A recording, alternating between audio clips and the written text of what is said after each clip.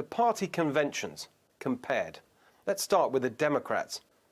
Can you think of a single positive statement from their convention? I'll give you a few seconds. Anything come to mind?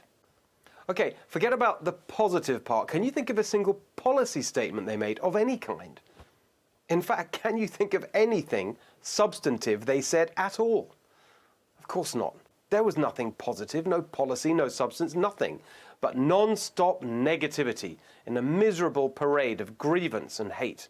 They hate Trump. Yeah, I think we knew that. They hate Trump supporters. No surprise there. But here's what we learned more clearly than ever before.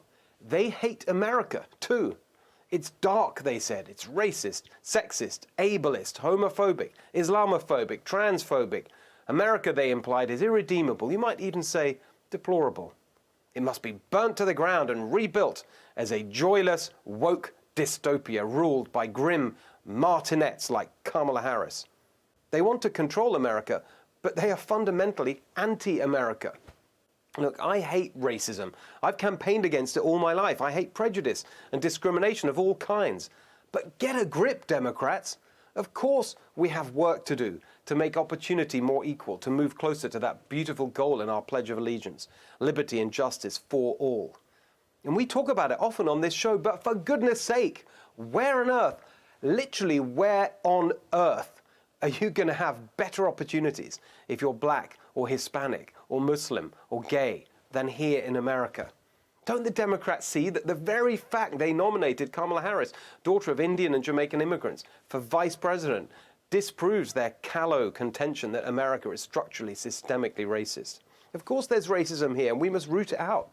That doesn't make the whole country racist. And, by the way, did you hear a single actual policy or proposal from them about how they would stop the racism they see all around? Of course not. Today's Democrats aren't interested in policy, just posturing. They don't do substance, just slogans.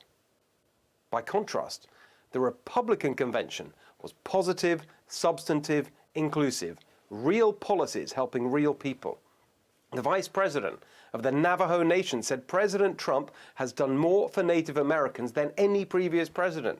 Civil rights leaders, sporting icons, former Democrats said President Trump has done more for historically black colleges and universities than any previous president. Their testimony, black people in America, lifted up as never before, jobs, opportunity zones, the First Step Act and a second chance. Trump was right on the virus, said a nurse. He delivered on trade, said farmers and fishermen. He's on our side on guns and school safety, said the father of a Parkland school shooting victim.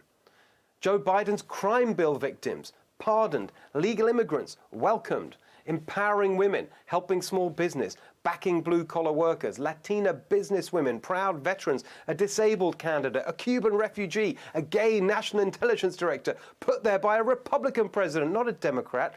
These were the voices of a modern, outward-looking, inclusive and optimistic party. For years, the left, the media, the snooty, self-righteous establishment smeared and sneered at Republicans as stupid, selfish, racist rubes who don't care about poverty or healthcare or gun violence or anything that matters. Last week's RNC convention utterly obliterated that false and spiteful caricature. Not only do Republicans care about these things, they're the ones who get it done. You want better healthcare? It's Trump's policies, like right to try, that deliver. You want to fight poverty? It's Republican principles, like low taxes and less regulation, that work. And yes, if you want racial equality, it is conservative ideas like school choice that will get us there. Progressive ends, conservative means. American progress with American patriotism. That's what the Republican convention made clear in a positive and uplifting way, exactly as the president told me it would last Sunday. I've worked in politics and business a long time. I have never seen a more impressive example of strategic communication than last week's Republican convention. Meanwhile, look at these Democrats. What absolute fools they're making of themselves. They talk about Trump being authoritarian, but now Pelosi wants to cancel the debates, and Hillary says Biden shouldn't concede even if he loses. They talk about the economic destruction of the last 6 months when it's Trump who pushed to end the shutdown, and now it's Biden who says he'll extend it. They talk about justice and police reform when the only actual reform at the federal level has been delivered by President Trump and in Congress was advanced by Republicans and blocked by Democrats. And the saddest and most stupid of all, they attack Senator Rand Paul, screaming, "Say her name," when he literally wrote the Justice for Breonna Taylor Act. They are a joke, a pathetic, pandering joke. For Republicans and the Trump campaign, this was the best week since 2016, and you can already see the impact in the polls. What's the lesson? Reaching out works. Being positive works. Yes, of course, it's vital to tell people the consequences of a vote for Biden-Bernie. But keep showing that positive, inclusive, feel-good face.